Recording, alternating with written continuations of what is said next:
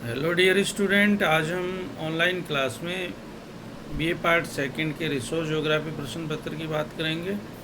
इसके अंतर्गत हम फॉरेस्ट रिसोर्स के पार्ट 3 की बात करेंगे। पार्ट 1 और पार्ट 2 में हमने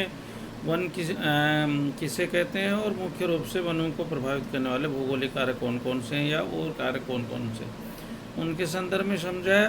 पार्ट 2 में हमने विश्व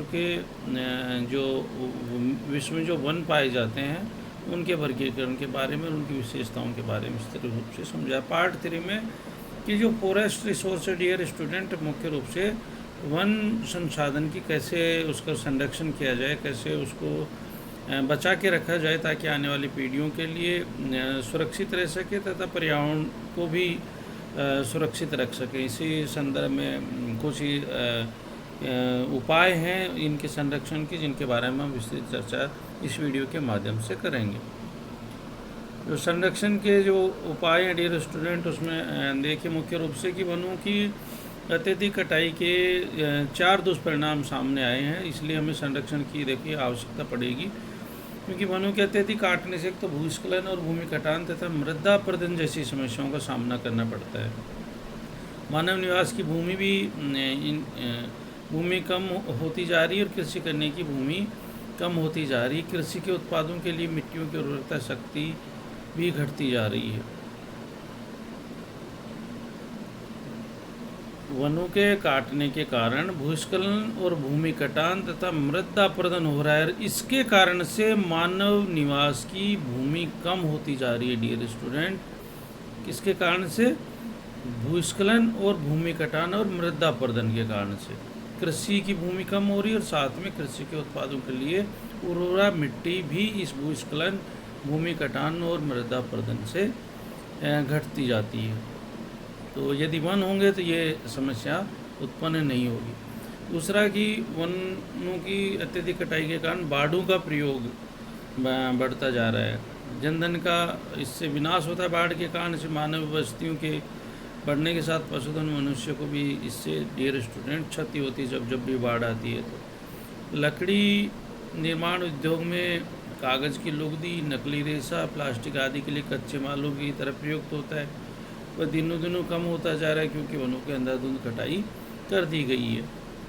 दूसरा, वनों के द्वारा पृथ्वी की जलवायु स्वास्थ्यवर्धक रहती है। वनों की अत्यधिक कटाई से मानवीय स्वास्थ्य के लिए उपयुक्त जलवायु नहीं मिलती है और महामारी जैसे रोग बढ़ते हैं और मानवीय स्वास्थ्य डियर स्टूडेंट खराब होता है। वनों के अत्यधिक कटाई के कारण से ये चीज़ें हमारे सामने आई। अब इनके संरक्षण के लिए हमने जो टेक्निक्स हैं उनके संदर्भ में थोड़ा सा बात कर लें कि वनों के संरक्षण की कौन कौन सी उपाय अपनाने चाहिए जिसके कारण से इनका संरक्षण किया जा सके। आरक्षित वनों का संरक्षण डियर स्टूडेंट, जो रिजर्व फॉरेस्ट है उनका हमें उनके कटाई की ओर पूर्णतः प्रतिबंध होना चाहिए, क्योंकि ये क्षेत्र जलग्रहण क्षेत्र भी होते हैं, जैसे राष्ट्रीय उद्यान है, अभ्यारण्य है, पवित्र वाटिकाएँ हैं, जैव आरक्षित क्षेत्र हैं, सभी पारिस्थितिक रूप से भंगुर क्षेत्र हैं और इन क्षेत्रों में किसी भी प्रकार के वाणिज्य दोहन की अनुमति डियर स्टूडेंट नहीं होनी चाहिए। ग्रामवासियों द्वारा जलाव लकड़ी काटने तथा पशु चारण से भी इनको बचाना आवश्यक है। इस उद्देश्य के लिए जनचेतना और जन सहयोग की डियर स्टूडेंट आवश्यकता है। फॉर एग्जाम्पल, उत्तराखंड में समाजसेवी सुंदरलाल जी बहुगुणा के नेतृत्व में चिपको आंदोलन 1978 में चलाया गया। उसका विशेष योगदान रहा। कर्नाटक में एपिको जो आंदोलन है 1983 में चलाया गया और ये उल्लेखनीय थे, जिनके कारण से आरक्षित वनों को बचाया जा सका। दूसरा है कि वनों की नियंत्रित और वैज्ञानिक विधि से कटाई की जानी चाहिए। अंधाधुंध कटाई पर नियंत्रण वैज्ञानिक विधि से कटाई के माध्यम से लगाया जा सकता है। यदि हम उसको साइंटिफिक तरीके से यदि हम वनों की कटाई होगी तो दीर्घकाल तक वनों का संरक्षण होगा और उनका उपयोग भी लंबे समय तक डियर स्टूडेंट किया जा सकता है। तीसरा जो उपाय है वनों का आग से बचाना। कई बार बहुत ही विस्तृत जो क्षेत्र होता है वनों में आग लगने के कारण से नष्ट हो जाता है। फॉर एग्जांपल, संयुक्त राज्य अमेरिका में 1955 से 1964 के दौरान यदि देखा जाए तो 10 लाख से भी अधिक फॉरेस्ट का जो एरिया है वो आग की घटनाओं से ग्रसित रहा और आग लगने का जो मुख्य कारण है वह मानव के द्वारा असावधानी बरतना है। कई बार वनों में जलती माचिस की सिंकों से या कैंप फायर के कारण से आग लगती है। ये कैंप फायर शिकारियों तथा वनों से एकत्रित करने वाले लोगों द्वारा आयोजित किए जाते हैं। तो प्राय आग के सुरक्षात्मक नियमों का पालन न करने का खामियाजा वनों को भुगतना पड़ता है और बहुत सा एरिया आग के कारण से नष्ट हो जाता है डियर स्टूडेंट। चौथा जो उपाय है कि वनों का संरक्षण करने के लिए मुख्य रूप से कि वनों का जो हानिकारक जो कीट हैं उनसे इनको बचाना चाहिए। दीमक है, सुंडी है, झिंगुर है, गुबरेल आदि। दीमक है जो डियर स्टूडेंट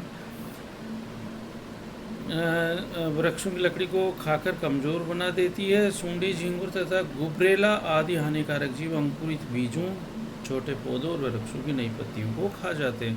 कुछ जीव इतने सूक्ष्म होते हैं कि उन्हें देख पाना बहुत ही डियर स्टूडेंट मुश्किल होता है। पुनः वृक्षारोपण करके रिफॉरेस्टेशन से भी हम इसको कवर कर सकते हैं। दीर्घकाल तक वनों के अनुकूलतम उपयोग के लिए अत्यंत आवश्यक है कि जहाँ से वनों की कटाई की गई है डियर स्टूडेंट वहाँ नए वृक्ष लगाए जाने चाहिए। इसके अलावा मृदा अपरदन के क्षेत्रों में भी वनारोपण किया जाना चाहिए। इसके लिए वन भूमि को सरकार ने अपने अधिकारों में ले भी लिया है और विभिन्न प्रकार के वृक्षों के लिए अनुकूलतम वातावरण को विचारित हुए हैं तथा राष्ट्रीय आवश्यकताओं को विचारित हुए वनारोपण को बढ़ाया जा रहा है। छठा जो उपाय है डियर स्टूडेंट वह है मुख्य रूप से सामाजिक वानिकी। सामाजिक वानिकी का संबंध समाज के कल्याण, विशेषतः निर्धन ग्रामीणों के प्रति जो अपने जीवन निर्वाह की अधिकांश आवश्यकताएं वनों से पूरी करते हैं से है। और इस प्रकार सामाजिक वानिकी न केवल विनिष्ट भूमि के पुनरुद्धार में सहायक है अपितु निर्धन ग्रामीणों को रोजगार प्रदान करने का एक अवसर भी प्रदान करती है। निर्धनता और बेरोजगारी की समस्या को सुलझाने के लिए सामुदायिक आधार पर वृक्षारोपण का एक कार्यक्रम है सामाजिक वानिकी। कृषि वानिकी के माध्यम से डियर स्टूडेंट हम फॉरेस्ट का संरक्षण कर सकते हैं। कृषि वानिकी से अभिप्राय ऐसी भूमि उपयोग तंत्र से जिसमें फसलों तथा पशुओं के साथ साथ उसी भूमि के टुकड़े पर वृक्षों को भी सम्मिलित किया जाता है। कृषि वानिकी द्वारा कृषि तथा वानिकी की टेक्नोलॉजी को सम्मिलित करते हुए अधिक समेकित विविध उत्पादक लाभकारी स्वस्थ तथा सराहनीय भूमि उपयोग तंत्र विकसित किया जा सकता है।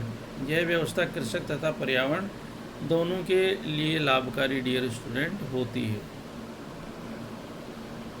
उसके बाद में हम इसी में चलें तो जो फसलों को शुष्क तथा ठंडी पवनों से सुरक्षित रखने के लिए फसलों के चारों ओर वृक्षों की कतार तथा झाड़ियाँ डियर स्टूडेंट लगाई जा सकती है। इस व्यवस्था पद्धति को सुरक्षा पेटी रोपण यानी शेल्टर बेल्ट प्लांटेशन कहा जाता है। चीन में प्रचलित इस पद्धति की सफलता को देखते भारत में भी इसे अपनाया गया, जिससे विभिन्न फसलों की उत्पादकता में 48 से लेकर के डियर स्टूडेंट 74% तक वृद्धि हुई। मृदाई दशाओं के अनुसार उच्च घनत्व वाले अनेक लघु संस्थावर्तक वाले रोपणों से उच्च जैव भार प्राप्त हो सकते हैं। उष्णकटिबंधों में यूकेलिप्टस तथा ल्यूसेना की उच्च उत्पादकता होती है और भारत में भी ऊर्जारोपण के सफल प्रयास किए गए हैं।